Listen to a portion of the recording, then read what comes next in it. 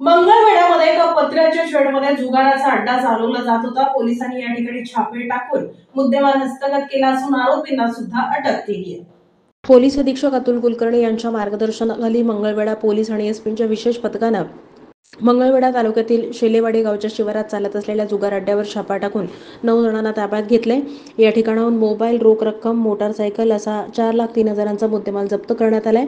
यामध्ये दत्तात्रय अंकुश लवटे वय 41 वर्ष, गोपाळ मासाळ वय 32 वर्ष दोघेही राहणार तनाळी तालुका पंढरपूर, सतीश विजय कोपे वय 49 वर्ष तावशी तालुका पंढरपूर, संतोष कुबेर इंगळे वय 30 वर्ष, गणेश चव्हाण वय 28 वर्ष शेलेवाडी तालुका मंगळवेढा, विजय जगन्नाथ यादव वय 36 वर्ष, गजानन गोरख माने वय 36 वर्ष दोघेही राहणार मारापूर तालुका मंगळवेढा, नंदकुमार उत्तम सरगर वय 30 वर्ष, बालाजी सरगर वय 28 वर्ष दोघेही राहणार अकोला रोड सरगर वस्ती मंगळवेढा असं 9 जणांना ताब्यात घेण्यात आलंय।